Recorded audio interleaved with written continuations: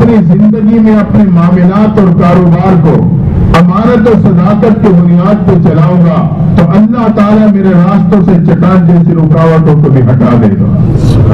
آج ہر کاروباری شخص پریشان ہے کہ میری رکاوٹیں، میرے کام میں رکاوٹیں ہیں، میرے معاملات میں رکاوٹیں ہیں۔ یہ اصول ملا، اگر میں اپنے معاملات امانت اور صداقت کی بنیاد پہ چلاؤں گا اللہ چٹان جیسی رکاوٹوں کو ہٹا ڈالے گا۔ دوسرے نے دعا کا آغاز کیا، اللہ میری ایک گڑیا ماں تھی، میں محنت مزدوری کیا کرتا تھا، صبح جاتا شام کو لوٹ کے آتا اور معمول یہی تھا کہ دودھ کا پیالہ گرم کر کے سب سے پہلے ماں کے پاس آتا تھا۔ جب ماں اس دودھ کو نوش کر لیتی تو بچوں کی طرف لوٹ جاتا تھا۔ آج بھی حسب معمول آیا، دودھ کا پیالہ گرم کر کے لایا تو آج ماں پہلے ہی نیند کے آغوش میں جا چکی تھی۔ میرے ماں کو جگا کے تکلیف دینا برداشت نہ کی، خود انتظار کر کے تکلیف برداشت کرنے لگا۔ رات کا اکثر حصہ گزرا، ماں نے جاگی، حتیٰ کہ فجر کی اذانیں آئی، ماں کی آنکھ کھلی، اٹھ کے بیٹھی، میں نے دودھ کا پیالہ پیش کر دیا۔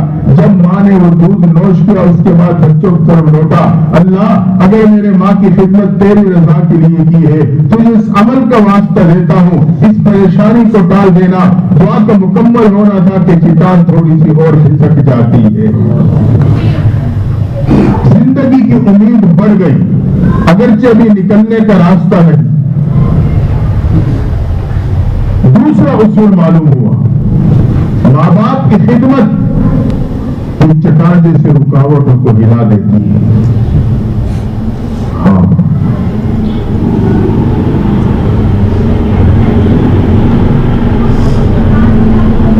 کائنات میں دو ہستیاں ہیں، وہ ماننے نہ ماننے والوں دونوں سے محبت کرتی ہے، یہ اللہ کی ہستی ہے یا اماں کی ہستی۔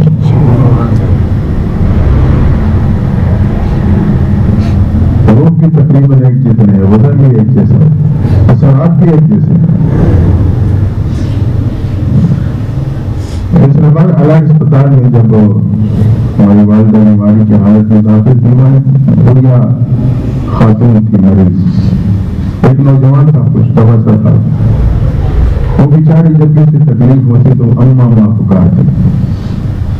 اس نے کہا اماں آپ کو دادی اماں نانی اماں کی عمر کی ہو، ہم بھی اماں اماں کہتی۔ کہنے لگی بیٹا جب میں اماں کہتی ہوں مجھے سکون ملتا، انسان تکلیف میں یا اللہ کہہ کے سکون پاتا ہے یا اماں کہہ کے سکون پاتا ہے۔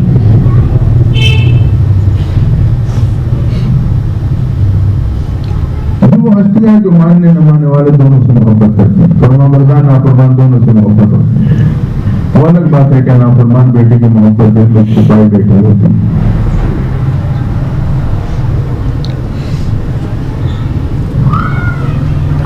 آج کی اولاد کہتی ہے ماں باپ اولاد کو بھول جاتے ہیں، یہ اولاد کی بھول ہے، یا اللہ کی ہستی بھلانے پہ نہیں بھلاتی یا اماں کی ہستی بھلانے پہ نہیں بھلاتی۔ حدیث قدسی میں ان ذکرتنی ذکرتک وان نسیتنی ذکرتک، وہ بندے تو مجھے یاد کرے گا میں تجھے یاد کروں گا، اگر مجھے بھلا دے گا پھر بھی میں تجھے یاد کروں گا۔ یا اللہ کی ہستی ہے جو بھلانے پہ نہیں بھلاتی یا اماں کی ہستی ہے جو بھلانے پہ نہیں بھلاتی۔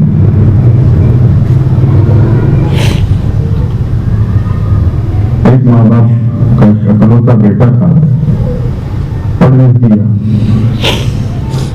باصلاحیت تھا، باہنر بنا، بس ماں باپ کی آرزوؤں اور تمناؤں کو قدموں کے نیچے رونتے ہوئے من پسند کی شادی کر دی، کاغذات بنوائے، ویزا لیا، بیوی کو ساتھ لے کے سعودیہ نکل گئے، کاروبار چلایا، باصلاحیت نوجوان تھا، پڑھا لکھا تھا، کاروبار خوب جمع، اسی میں مصروف ہو گیا۔ 25 سال کا عرصہ گزرا، ایک دفعہ بھی واپس آ کے ماں باپ کی خیر خبر نہیں دی۔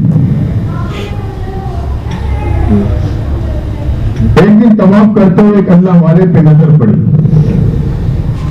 دل میں بات آئی، عالم دین ہے، اللہ والا ہے، آج کب کے دل کی بات کہہ دوں۔ طواف مکمل ہوا تو قریب گیا، حضرت میں آپ سے دل کی بات کہنا چاہتا ہوں، بیٹا کہو کیا بات؟ کہنے لگا مجھے 25 سال ہو چکے ہیں، میں نے حج بھی کی، عمرے بھی کیے، طواف بھی کرتا ہوں، اب بھی آپ کے پیچھے پیچھے طواف میں شامل تھا۔ میرے ساتھ ایک بہت ہی عجیب سا معاملہ ہے، جب بھی حجر اسود کا استلام کر کے قدم بڑھاتا ہوں میرے کانوں سے آواز ٹکراتی ہے، تیری حاضری قبول نہیں ہے۔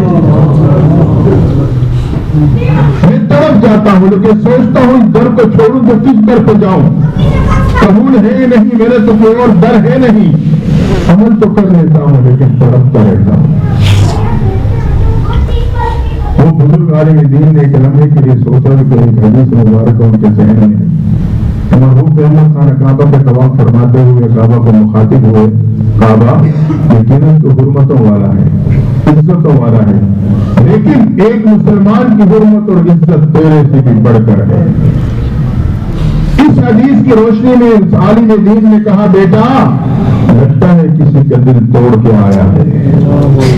بس یہ سننا تو اسے ماضی کی کہانی یاد آ گئی، کسی کا کیا اپنے ماں باپ کا دل توڑ کے آیا ہے، وہیں اسے ذہن بنایا، کاغذات بنایا، ویزا لیا، ایئرپورٹ سے شہر سے اپنی بستی اسٹاپ پہ پہنچا۔ 25 سال کے عرصے میں بستی کے نقشے تبدیل ہو چکے، اسے نہیں اندازہ ماں باپ کو کس چار دیواری میں چھوڑ کے گیا تھا۔ باہر ہی انتظار کرنے لگا، ایک نوجوان بستی کی طرف سے آیا، قریب کیا۔ نوجوان اس بستی کا رہنے والا، کہاں اسی بستی کا رہنے والا، کیا جو بتا سکتا ہے یہاں ایک ماں باپ تھے، اس کا ایک اکلوتا بیٹا تھا، من پسند کی شادی کر کے ملک سے باہر چلا گیا تھا، کیا تجھے معلوم ہے وہ کس چار دیواری میں رہتے ہیں؟ نوجوان نے کہا ہاں میں جانتا ہوں، ان کا ایک بدبخت بیٹا تھا، انہیں بے سہارا چھوڑ کے من پسند شادی کر کے چلا گیا۔ 25 سال ہو چکے، ایک دفعہ بھی خیر خبر اس نے نہیں لی۔ 4 دن قبل اس کا بوڑھا باپ دنیا سے جا چکا ہے، اس کی ماں لاغر حالت میں چارپائی پہ پڑی ہے، کوئی خدمت کرنے والا نہیں، کوئی کھلانے پلانے والا نہیں، پڑوس میں کبھی کسی کو خیال آ جائے تو کچھ نہ کچھ بھجوا دیتے ہیں۔ میری ماں بھی کبھی کبھی مجھے کچھ چیز دے کے کہتی ہے کہ بڑی اماں کے پاس لے جا اور اسے کھلا کے آنا۔ جب میں قریب ہوتا ہوں تو میری نگاہیں دیکھتی ہیں، اس اماں کے ہونٹ ہل رہے ہوتے ہیں، جب کان لگا کے سنتا ہوں تو آج بھی وہ اپنے اس بیٹے کا نام لے کے اسے یاد کر رہی ہوتی ہے۔ نوجوان نے سنا تو تڑپ دیا، کہنے لگا وہ بدبخت میں ہوں، وہ بدبخت میں ہوں۔ مختصر یہ کہ معلومات ہوئی، چار دیواری سے پہنچا، اندر داخل ہوا، سوچنے لگا ماں تو مجھے قریب نہیں آنے دے گی۔ قریب جا کے کہنے لگا اماں تیرا فلاں بیٹا آ گیا ہوں۔ یہ سننا تھا، اس لاغر جسم میں زندگی کی لہر دوڑی، جھٹکے سے اٹھ کے بیٹھا اور کہنے لگی بیٹا تو نے آنے میں بہت دیر کر دی ہے، تیری جدائی کی میں رو رو کے آنکھوں کی بینائی سے محروم ہو چکی ہوں، تجھے دیکھ تو نہیں سکتی لیکن تیری آواز سن رہی ہوں۔ یہ کہا اور ایک نہیں کپاتا ہوا ہاتھ آگے بڑھا، بیٹے کو سر کو قریب کر کے پیشانی پہ بوسہ لیا، بوسہ لیتے ہی وہ جسم جھٹکے سے گرا، ہمیشہ کے لیے ٹھنڈا ہو گیا۔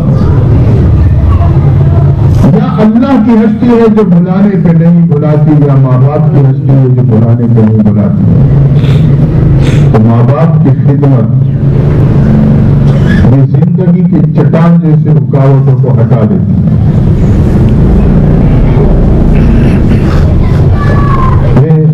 بات کو آگے لے جانے سے پہلے صرف ایک جملہ اس گفتگو کے ساتھ جوڑنا چاہوں گا۔ میں اکثر جگہ پہ جہاں بھی کوئی ایسا مضمون ہو تو میں یہ بات ضرور کرتا ہوں، اس کا ایک پس منظر ہے، اسی موقع پہ کروں گا۔ ماں باپ کے مقام میں تو ہم کمی نہیں لا سکتے، اف تک کہنے کی اجازت نہیں۔ وہ کوئی بات کہے اور میرے پیشانی پہ وٹ پیدا ہو جائے، میں اپنے ناراضگی کا اظہار اس انداز سے نہیں کروں، یہ بھی غلط ہے۔ وہ الگ بات ہے، آج کا بوڑھا باپ نوجوان بیٹے سے بات کرنے سے پہلے بیچارہ الفاظ کو چناؤ کرتا ہے کہ کوئی ایسا لفظ نہ کہہ دوں جو میرے بیٹے کو برا لگ جائے۔ آج یہ حالات ماں باپ کا مقام تو یقیناً اپنی جگہ پہ مسلم، خاص طور پہ نوجوانوں سے کہوں گا جو دینی علم سے مکمل واقف نہیں لیکن ایک دینی جذبہ رکھتے ہیں۔ باپ کا مقام اس میں کمی کا تصور نہیں، لیکن بیوی بچوں کے بھی حقوق ہیں، بیوی بچوں کے بھی تمہارے پہ حقوق ہیں۔ جیسے ماں کو بیوی پہ قربان کرنے کی اجازت نہیں، اسی طریقے سے شریعت بیوی کو بھی ماں پہ قربان کرنے کی اجازت نہیں دیتی۔ اس والے سے بات کسی اور موقع پہ کروں گا، موقع پہ جاؤں۔ میں آپ کو حقیقت بتا رہا ہوں، اتنے ایسے فون آتے ہیں کہ سننے کی ہمت نہیں رہتی، سوچنے میں مجبور ہو جاتے ہیں کہ بیویاں گھروں میں پتہ نہیں کتنی دفعہ مرتی اور کتنے دفعہ زندہ ہوتی ہوں۔ ایسے حالات بہرحال ماں باپ کی خدمت رکاوٹوں کو ہٹا دیتی۔ تیسرے نے دعا مانگی، اللہ میری ایک چچیزاد بہن تھی، بہت ہی خوبصورت لیکن انتہائی پاکیزہ اور پاکدامن بچی تھی۔ میں اسے میری نگاہوں سے دیکھا کرتا تھا۔ ایک دن اسے رقم کی ضرورت پڑی، کسی صورت میں کہیں سے انتظام نہ ہو سکا، اس نے بامر مجبوری میرے سامنے اپنی ضرورت رکھی۔ میں نے پورا کرنے کا وعدہ کیا لیکن گناہ کے ساتھ مشغول کر دیا۔ نہیں معلوم کے ساتھ تو مجبور تھی، خاموش ہو گئی۔ میں گناہ کی رائے سے بڑھنے لگا تو میری نگاہوں نے دیکھا اس کے جسم پہ کپ کپی تاری ہے، رنگ زرد ہو چکا ہے۔ مجھے دیکھ کے کہنے لگی، انی اخاف اللہ اتق اللہ، نوجوان میں اللہ سے ڈرتی ہوں، تو بھی اپنے رب سے ڈر جا۔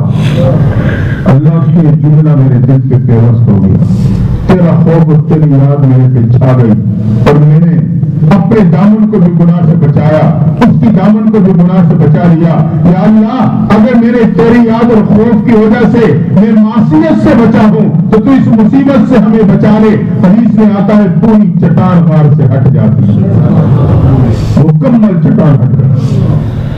فاذکرونی اذکرکم، فرمایا معصیت میں یاد کرے گا تو مصیبت میں یاد کروں گا۔ تو کامیاب زندگی کا تیسرا اصول گناہوں سے اپنے آپ کو بچانا، گناہوں سے حفاظت۔ معاملات میں امانت و صداقت، ماں باپ کی خدمت اور گناہوں سے اپنی حفاظت، یہ تین وہ اصول ہیں جس کی وجہ سے انسان کی زندگی عزت اور کامیابی سے ہمکنار ہو جائے۔ فاذکرونی اذکرکم، میرے بندے ندامت کے ساتھ یاد کرے گا، مغفرت کے ساتھ یاد کرو گا۔ اگر تو نادم ہو کے مجھے پکارے گا، میں مغفرت کا فیصلہ کرتے ہوئے تیرے گناہوں کو معاف کر دوں گا۔ ندامت سے یاد کرے گا تو مغفرت سے یاد کروں گا۔ ہاں، جو بندہ نادم ہو کے رب کے در پہ جھکتا ہے، ندامت کا آنسو بہاتا ہے، اللہ کے ندامت کا آنسو بہت ہی پسند آتا ہے۔ اللہ کے مسلمان کی ندامت کے آنسو کی بڑی قیمت ہے۔ روایت میں آتا ہے کہ قیامت کے دن ایک شخص اپنے بارے میں یقین کر چکا ہے سوائے جہنم کی کوئی ٹھکانہ نہیں، نیکیوں کو پڑھنا ہر کا گناہوں کا بھاری ہو رہا ہے، اللہ کی رحمت کا جھونکا آئے گا، اس کے آنکھوں پہ موجود پلکوں کی بالوں کو گویائی ملے گی، پلکوں کے بال گویا ہوں گے۔ اللہ، تیرا یہ بندہ ایک دن اپنے گناہوں پہ نادم ہو کے تیرے در پہ رو پڑا تھا، کوئی مجھے دیکھو، وہ بتا رہے ہیں اتنے پریشان ہو رہے ہیں۔ آپ سے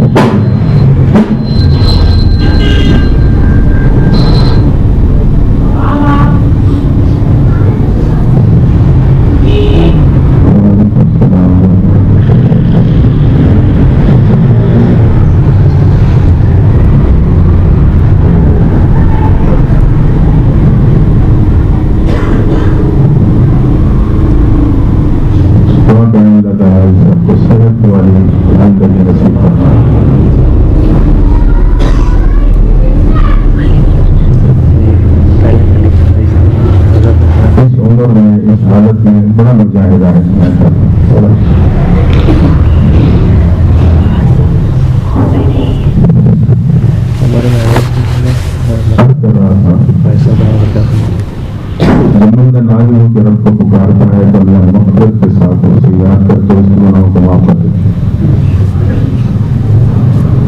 میدان حشر ہے، اپنے بارے میں یقین کر چکا، ہوا کا جھونکا ہے، پلکوں کے بالوں کو گویا ملے گا۔ اللہ یہ اندر اپنے گناہوں کو یاد کر کے رو پڑا تھا، مسجد اقصی میں تیرے در پہ نازل ہو گیا تھا، اس کی آنکھ سے آنسو کو قطرہ جدا ہو کر ہمارے ساتھ آ کر رک گیا تھا، لیکن اس قطرے میں اتنا بہاؤ بھی نہیں تھا کہ نیچے ٹپک جاتا، معمولی سا قطرہ۔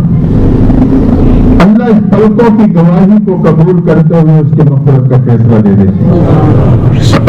ایمان والے کے ندامت کے آنسو کی اللہ کے ہاں بہت بڑی قیمت ہے، اس لیے ہم اور آپ اپنے دامن پھیلا کے دیکھا کریں، اگر ایسے قطرے ہیں تو شکر ادا کریں، نہیں ہے تو فکر کریں۔ ایک قطرہ ایسا محسوس کرنے کی کوشش کریں جو خالص اللہ کے خوف کی وجہ سے آنسو ٹپک جائے، قیامت کے دن شفاعت کا ذریعہ بن جائے۔ اللہ نے اس پہ ایسی تاثیر رکھی ہے، گناہوں کے ڈھیری پہ ٹپک جائے تو وہ نیکیوں پہ بدل جاتی ہے۔ آخری بات کر رہا ہوں،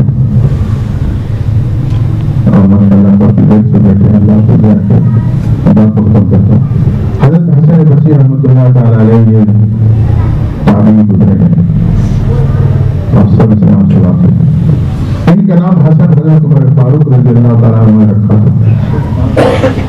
یہ ہمارے اور آپ کی ماں ام سلمہ کی خادمہ کے بیٹے تھے۔ جب آپ کی والدہ خدمت میں مصروف ہوتی تو حضرت ام سلمہ آپ کو اپنی گود میں کھلایا کرتی تھی۔ آپ کئی امہات المومنین کی گودوں میں کھیلے ہیں، 10-12 سال تک ان کی خدمت میں رہے، کئی صحابہ سے علم حاصل کیا، کئی بدری صحابہ کی زیارتیں آپ کو نصیب ہوئی۔ آپ کے پڑوس میں ایک خاتون رہتی تھی، جوانی میں خاوند کا انتقال ہو گیا، دودھ پیتا بچہ گود میں رہ گیا۔ تک گزرنے کے بعد سوچنے لگی دوسرا گھر کیا آباد کروں، زندگی بیٹے کے نام کر دیتی، بیٹے کو پالتی رہی، سنبھالتی رہی، بیٹا سمجھداری کی عمر کو پہنچا تو ماں کہنے لگی بیٹا پڑوس میں اللہ والے رہتے ہیں، میرے استاد میرے مرشد رہتے ہیں، ان کی صحبت میں جایا کرو، ان کی خدمت میں بیٹھا کرو، ان کی باتیں سنا کرو۔ لیکن نوجوان جوانی میں مستانی کا شکار ہو چکا تھا، وہ ماں کی ایک کان سے سن کر دوسرے سے نکال دیتا۔ مختصر یہ کہ ایک دن جوانی میں بیماری کا شکار ہوا، بیماری بڑھتی ہوئی بگڑتی گئی، حتیٰ کہ یہ 4 پیٹے پڑ گیا۔ اتنے وقت میں ماں بھی بڑھاپے کو پہنچ چکی، ماں بیچاری بیٹے کی قدموں میں بیٹے کی خدمت کے لیے بیٹھ گئی۔ بعض اور بیماری اتنی لمبی ہو جاتی ہے کہ مریض کی یقین ہونے لگتا ہے کہ میرا بچنا مشکل۔ ایک دن نوجوان کے دل میں یہ بات آ گئی کہ میرے اس بیماری سے بچنا مشکل۔ آنکھیں کھولی، قدموں کی طرح بیٹھے ہوئے بڑی اماں کے چہرے پہ ڈالی، دیکھ کے کہنے لگا اماں میری ایک آرزو تو پوری کر دینا۔ مطلب کے کہتی ہے بیٹا کون سی آرزو لیے پڑا ہے بتا تو صحیح، تیرے لیے جی رہی ہوں، تیرے سہارے بیٹھی ہوں، کون سی آرزو باقی ہے؟ کہا اماں اگر میرا انتقال ہو جائے اللہ والوں سے کہنا میری نماز جنازہ پڑھا دیں۔ محترم کہی لیکن اپنے آپ کو سنبھالا، سوچنے لگی تو زندگی میں جاتے جاتے حضرت سے نسبت ہو جائے گی، دوڑی حضرت کی خدمت میں، میرا بیٹا اس کیفیات میں ہے اور اس آرزو کا اظہار کر رہا ہے کہ جنازہ اللہ والے پڑھا دیں۔ اللہ کی شان حضرت نے نوجوان کے جنازے پڑھانے سے صاف انکار کر دیا۔ مرشد تھے، نہ اصرار کر سکی نہ وجہ پوچھ سکی، قدموں کو پلٹ کے واپس جانے لگی۔ حضرت نے آواز دے کے وضاحت کر دی کہ میں اس نوجوان کا جنازہ کیسے پڑھاؤں جو پوری زندگی رب کے در پہ جھکا تک نہیں، رب کے در پہ آئے تک نہیں، رب سے مانگا ہی نہیں، میں کیسے اس کی نماز جنازہ پڑھاؤں؟ بعض علماء کے نزدیک حضرت حسن بصری کا تعلق اس علماء سے کے کافرے سے تھا جن کے نزدیک بے نمازی کا جنازہ نہیں پڑھایا جاتا تھا۔ ماں نے قدموں کو پلٹا اور پریشانی میں واپس لوٹی، بیٹے کے قدموں میں آ کے بیٹھ گئی، بیٹے نے آنکھیں کھولی، ماں کے چہرے پہ سنبھالی، مسلسل ماں کو دیکھنے لگا۔ ماں سمجھ گئی بیٹے کی خاموش نگاہیں میرے سے کس سوال کا جواب مانگ رہی ہیں، سوچنے لگی اسے بتاؤں تو کیا بتاؤں، کہوں تو کیا کہوں، مگر بیٹے کا مسلسل دیکھنا بھی ماں کو برداشت نہ ہوا۔ آخر کار دل پہ ہاتھ رکھ کے کہنے لگی بیٹا اللہ والوں نے تیرے جنازہ پڑھانے سے انکار کر دیا ہے، یہ سننا تھا۔ نوجوان کے دل پہ ایک چوٹ لگی، اس نے ایک ٹھنڈی آنکھ بھری اور خاموشی میں چلا گیا، اور پھر اس کے آنکھ سے ندامت کے آنسو جاری، مسلسل ندامت کے آنسو جاری ہے۔ ماں تڑپ گئی لیکن اپنے آپ کو سنبھالا. چند ہی لمحے بعد نوجوان نے پھر آنکھیں کھولی. ماں کو دیکھ کے کہنے لگا اماں یقیناً میں اتنا برا ہوں کہ اللہ والوں نے میرے جنازہ پڑھانے سے انکار کر دیا ہے. اماں پھر تم ہی میرے پہ ایک احسان کر دینا. بیٹا کیا احسان؟ کہا جب میرا انتقال ہو جائے میرے پاؤں میں رسی باندھ دینا, بستے کی گلی میں گھسیٹتے چلے جانا, جہاں بستے والے گندگی ڈالتے ہیں وہاں جا کے مجھے بھی ڈال دینا. میں نے تو توبہ نہیں کی لیکن میرے دوست جب میرے انجام کو دیکھیں گے تو انہیں توبہ نصیب ہو جائے گی. ماں سن رہی ہے, تڑپ رہی ہے, کروں تو کیا کروں, کہوں تو کیا کہوں. مختصر چند لمحے بعد نوجوان کا انتقال ہو گیا. ادھر بیٹے کی روح پروان ہوتی ہے, ادھر دروازے پہ دستک ہو گئی. ماں پریشانی میں بند دروازے کی طرف دوڑی. دروازہ کھولا تو کیا دیکھا؟ حضرت حسن بصری دروازے پہ کھڑے. حضرت کیسے تشریف لائے؟ تیرے نوجوان بیٹے کا جنازہ پڑھانے آیا ہو. ماں تڑپ کے کہنے لگی حضرت معاملہ کیا ہے؟ بیٹے کا انتقال ابھی ہوا, گھر میں میرے سوا کوئی ہے نہیں, میں نے کسی کو اطلاع نہیں کی. آپ کو خبر کیسے ہو گئی؟ پھر آپ انکار فرما چکے تھے. اب وہ اس سے پہلے ہی جنازے کے لیے تشریف لے آئے. حضرت کے آنکھوں سے بیان سجاری. کہنے لگے جب تو اپنے بیٹے کی آرزو لے کے آئی تھی میں نے انکار کر دیا تھا. تیرے جانے کے بعد میرے آرام کا وقت تھا, میں سویا تو میرے خواب میں کیا سنا؟ رب کی طرف سے آواز آتی ہے میرے دوست تیرے پڑوس میں میرے دوست کا انتقال ہو چکا ہے, اس کی نماز جنازہ پڑھا. اگر جنازے سے انکار کیا تو دوستی سے انکار کر دوں گا. یہ سننا تھا. تڑپتا ہوا اٹھاؤ, توڑتے ہوئے تیرے دروازے پہ نوجوان کے جنازے کے انتظار میں کھڑا ہو. دوستوں میرے آپ کو یقین ہے رب چاہے تو صبح کو شام پہ بدل دے, وہ چاہے تو شام کو صبح پہ بدل دے, رب چاہے تو دن کو رات پہ بدل دے, وہ چاہے تو رات کو دن پہ بدل دے, رب چاہے تو گرمی کو سردی پہ بدل دے, وہ چاہے تو سردی کو گرمی پہ بدل دے, اور رب چاہے تو گناہوں کو نیکیوں پہ تبدیل کر دے. اولئک یبدل اللہ سیئات حسنات. وہ نوجوان کے ندامت بھرے آنسو تھے, اللہ نے گناہوں کو نیکیوں پر تبدیل کر کے نوجوان کو اپنی دوستی میں شامل کر لیا تھا. فاذکرونی اذکرکم, فرمایا ندامت کے ساتھ یاد کرے گا تو مغفرت کے ساتھ یاد کرو. دعا ہے اللہ تعالیٰ ہم سب کو سچی پکی توبہ نصیب فرمائے اور اپنی یاد کی حقیقت ہم سب کو نصیب فرما دے. وآخر دعوانا